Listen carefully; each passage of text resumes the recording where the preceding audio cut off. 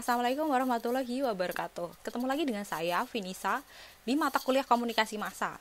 Untuk pertemuan kita yang ke-6, kita masih akan melanjutkan pembahasan yang kemarin gitu ya, karena materi kemarin itu lumayan banyak. Jadi saya pecah menjadi pertemuan kelima kemarin melalui modul perkuliahan dan pertemuan hari ini melalui video ini.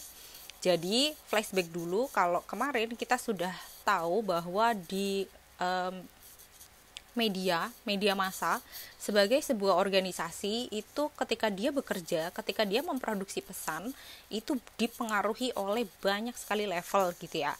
Mulai dari level individu, organisasi, sosial, dan internasional.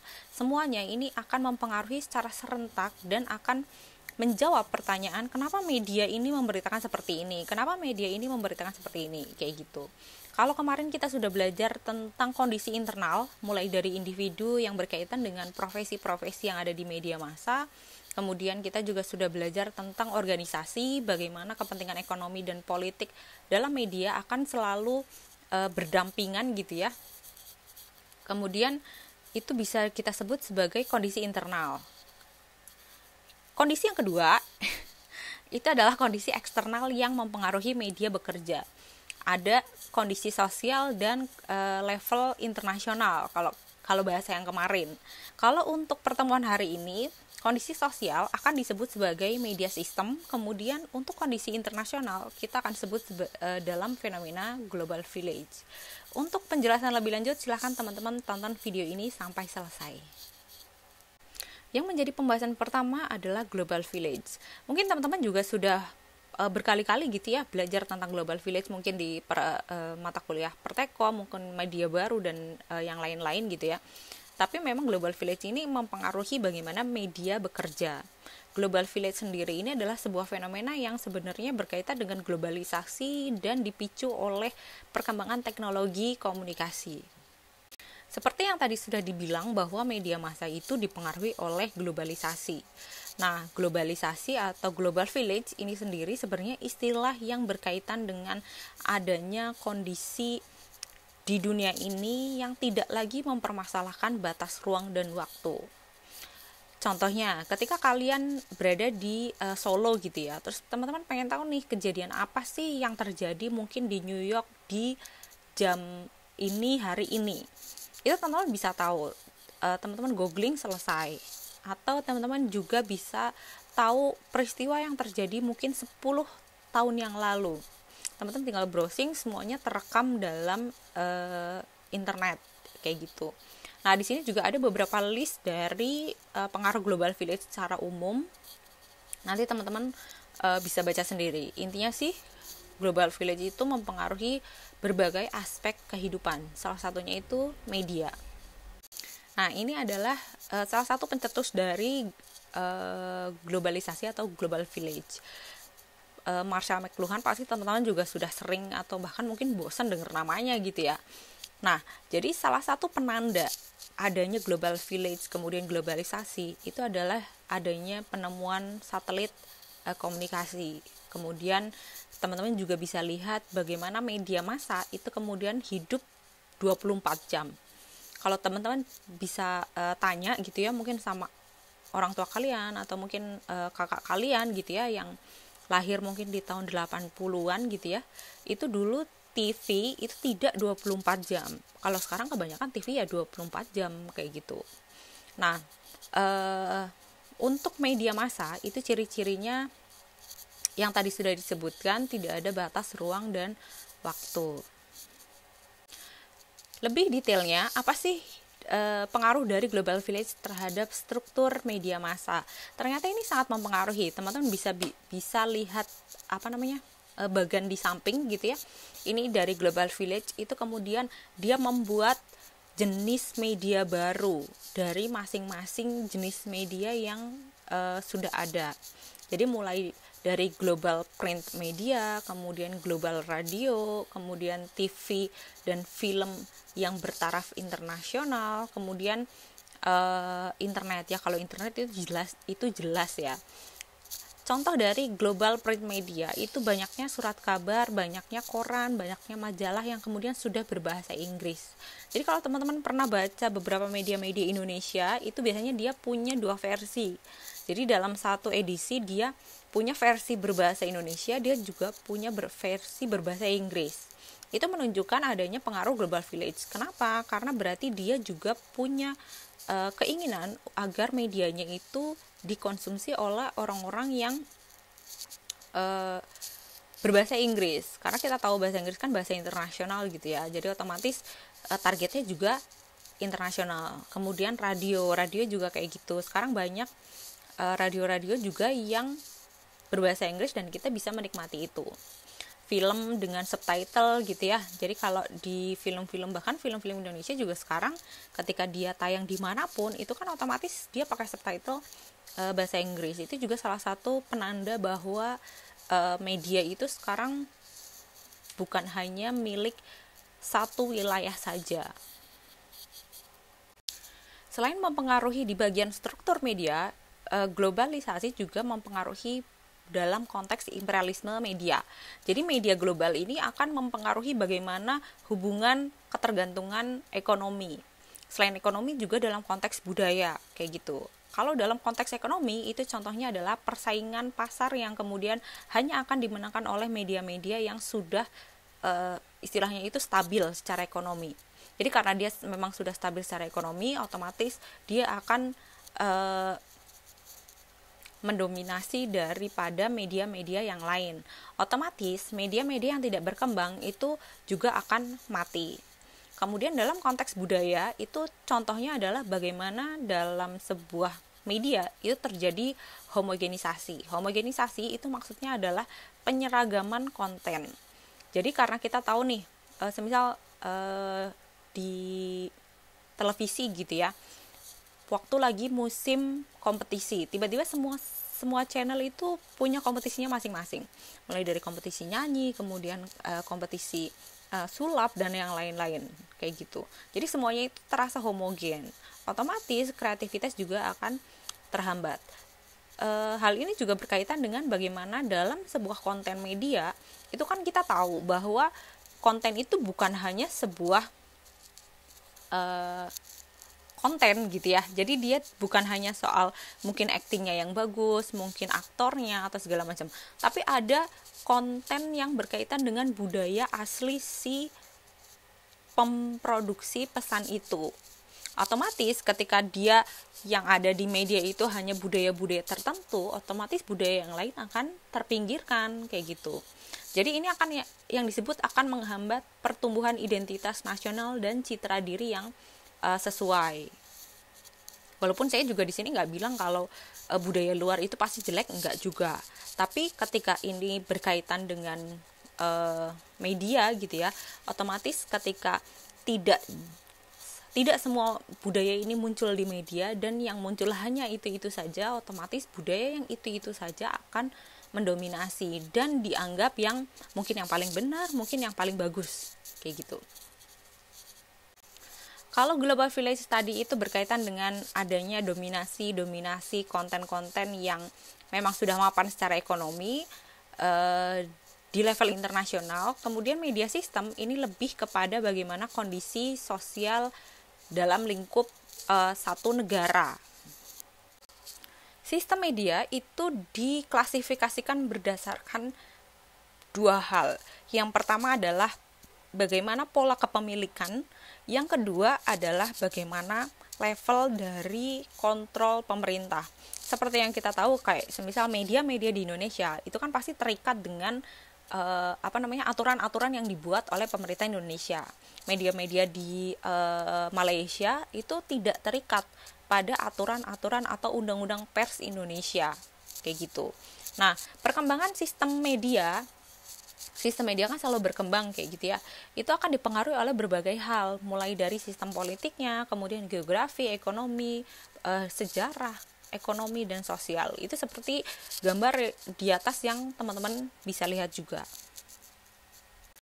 seperti yang tadi sudah disebutkan bahwa dalam perkembangan sistem media itu akan dipengaruhi oleh dua kategori. Yang pertama itu adalah kontrol dari pemerintah, kemudian yang kedua adalah sistem atau pola kepemilikan media. Nah, dari situ kemudian muncul 5 teori pers. 5 teori ini muncul diadopsi dari 5 sistem politik. Jadi mungkin nama-namanya juga sama dengan sistem politik, mulai dari otoriter, liberal, kemudian nanti ada yang lain-lain kayak gitu. Yang pertama itu adalah the authoritarian theory. Jadi dalam sistem media the authoritarian ini, media itu 100% sepenuhnya dikontrol oleh pemerintah. Nah, kalau teman-teman bisa bayangkan, kira-kira apa yang akan terjadi ketika media dikontrol sepenuhnya oleh pemerintah? Berarti semua konten-konten media itu kan harus mendukung program pemerintah, ya nggak? Jadi otomatis fungsi media sebagai watchdog atau anjing penjaga kekuasaan otomatis tidak berjalan. Selain itu, kepemilikan media dalam the authoritarian theory otomatis 100% kepemilikan oleh pemerintah. Biasanya dalam authoritarian teori ini, negara-negara yang menganut sistem ini biasanya mempunyai sebuah lembaga yang ketat dalam melakukan sensor atau filter atau bisa memberikan punishment juga kepada media-media yang istilahnya itu melanggar peraturan. Jadi pemberedelan, kemudian pelarangan, pencabutan izin publikasi itu juga akan sering terjadi di sistem politik di otoritarian. Kemudian yang kedua itu adalah kebalikan dari otoritarian yang disebut sebagai libertarian. Libertarian ini adalah sebuah teori pers yang kepemilikan medianya itu dibebaskan kayak gitu. Jadi di sini pemerintah itu sama sekali tidak melakukan kontrol. Jadi pemerintah itu ibaratnya membiarkan media itu akan dimiliki siapapun yang otomatis bisa memiliki media atau punya modal kayak gitu. Jadi di sini media itu tidak boleh diganggu oleh kepentingan baik itu pemerintah ataupun bahkan warganya. Jadi di sini warga negara juga punya hak untuk mendengar segala jenis informasi, mau yang kualitasnya jelek, mau kualitasnya yang bagus gitu ya. Mau warga negaranya belum bisa memilih, itu dia berhak untuk mengakses semua informasi. Jadi karena pers bebas dari kontrol, otomatis di sini peran media sebagai penjaga kekuasaan juga bisa berjalan. Tapi apakah benar-benar bebas dari kontrol? Sebenarnya dalam libertarian ini juga enggak. Kenapa? Karena media tetap dikontrol oleh siapa? Bukan oleh pemerintah, tapi oleh pasar. Jadi otomatis ketika persaingan media di libertarian, otomatis akan dipengaruhi oleh bagaimana selera masyarakatnya. Kenapa? Karena media akan berlomba-lomba untuk menjadi media yang paling banyak dikonsumsi oleh masyarakat. Kayak gitu. Kemudian varian yang selanjutnya, jenis yang selanjutnya itu adalah the social responsibility dan the communist theory. Social responsibility ini adalah varian dari libertarian. Kalau yang communist theory ini adalah varian dari authoritarian kayak gitu. Jadi punya kesamaan, bukan sama. Nah, social responsibility ini semacam sebuah sistem yang bilang kalau media itu boleh bebas tapi bertanggung jawab. Bertanggung jawab dalam konteks apa? Media itu harus bertanggung jawab pada kebutuhan dari masyarakat. Jadi ya bebas bolehlah tapi jangan asal-asalan lah. Istilahnya itu kayak gitu. Jadi dalam social responsibility ini kepemilikannya masih tetap bebas tapi punya kontrol dari pemerintah. Kontrolnya ini hanya hanya mengatur jika ada yang berkaitan dengan kepentingan publik. Jadi dia itu bukan lembaga kayak lembaga sensor gitu, enggak. Tapi biasanya bentuknya adalah komisi. Dalam social responsibility ini, media itu punya peran menginformasikan iya, menghibur iya, tapi dia juga sebagai pengawas kekuasaan juga iya. Jadi kritik-kritik pada pemerintah itu adalah hal yang sering atau bisa muncul di social responsibility theory.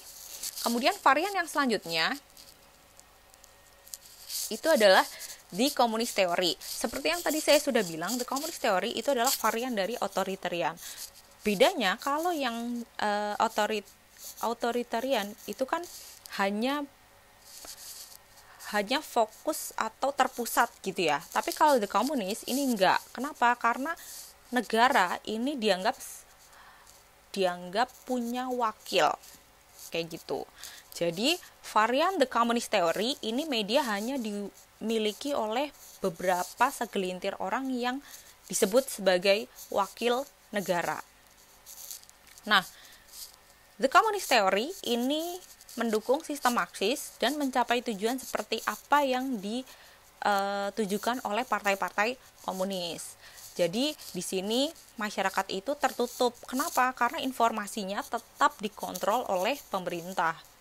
Jadi media di sini otomatis konten-konten yang ada dalam media itu lebih mengarah pada propaganda, kemudian persuasi dan pendidikan. Jadi tidak ada fungsi dari watchdog atau media sebagai penjaga kekuasaan. Yang kelima atau yang terakhir adalah developmental theory.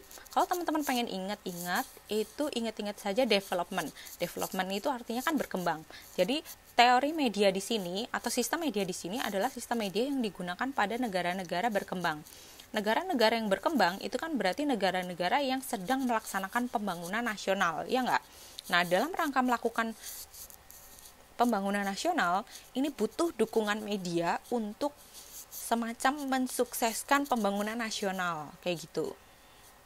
Jadi otomatis informasinya tetap dikontrol oleh pemerintah, tapi tidak dengan kepemilikan. Nah, di sini media itu hanya berperan sebagai pendukung pembangunan nasional. Jadi dia memberikan informasi-informasi itu hanya teknis, kayak contohnya sosialisasi program pemerintah. Misal pemerintah itu punya program 2 anak cukup gitu ya, keluarga berencana. Maka media-media akan mensosialisasikan atau membuat konten terkait dengan kebijakan itu.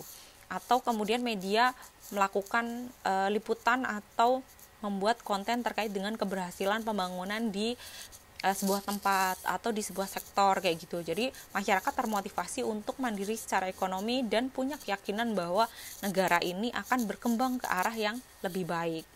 Nah, yang perlu digarisbawahi adalah dalam developmental theory otomatis fungsi media itu tidak sebagai penjaga kekuasaan. Jadi informasi-informasi yang berkaitan dengan kritik pemerintahan otomatis nggak ada. Kenapa? Karena akan dianggap sebagai penghambat dari pembangunan nasional. Yang selanjutnya, ini adalah ilustrasi dari bagaimana teori sistem media yang tadi itu ketika harus dijejer dan diurutkan berdasarkan hubungannya dengan media. Jadi teman-teman bisa lihat dari yang paling kiri sampai yang paling kanan. Kiri saya dan kanan saya gitu ya.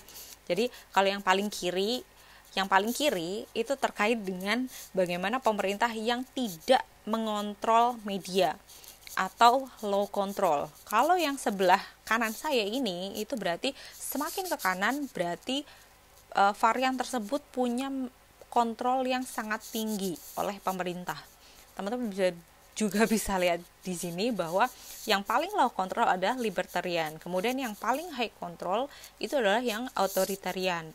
Jadi karena komunis adalah punya varian atau punya kesamaan dengan authoritarian, otomatis dia agak sebelah kanan. Begitu juga dengan developmental. Libertarian yang paling bebas, yang agak bebas itu yang social responsibility. Ya, itu adalah materi untuk kita hari ini. Dan sebenarnya ada yang perlu digarisbawahi itu terkait dengan aplikasi pada 5 jenis teori media, sistem media yang tadi sudah disebutkan. Jadi 5 jenis sistem media tadi itu sebenarnya bisa dibilang sistem media murni gitu ya. Jadi biasanya negara-negara itu ketika dicap sebagai wah negara ini pasti libertarian, itu juga nggak tepat. karena biasanya negara akan melakukan adaptasi yang dipengaruhi oleh identitas kebangsaan, kemudian kondisi ekonomi, politik, sosial, dan budayanya, kayak gitu. Jadi bukan berarti satu negara itu pasti punya satu sistem politik gitu ya, enggak juga. Otomatis sistem medianya juga akan berubah. Intinya adalah sistem media akan mengikuti sistem politik yang sedang diterapkan. Untuk bahan diskusi di minggu ini, silakan teman-teman berikan pendapat kalian di kolom komentar. Pertanyaannya adalah, ketika kita mengetahui bahwa kondisi ekonomi, politik, sosial, hukum kita seperti ini, menurut kalian sistem media manakah yang paling dibutuhkan untuk negara Indonesia saat ini? Nah, silakan jawab pertanyaan itu, kemudian jelaskan juga alasannya. Itu saja dari saya. Kalau ada pertanyaan silahkan hubungi saya via WhatsApp group atau via Open Learning. So thank you dan wassalamualaikum warahmatullahi wabarakatuh.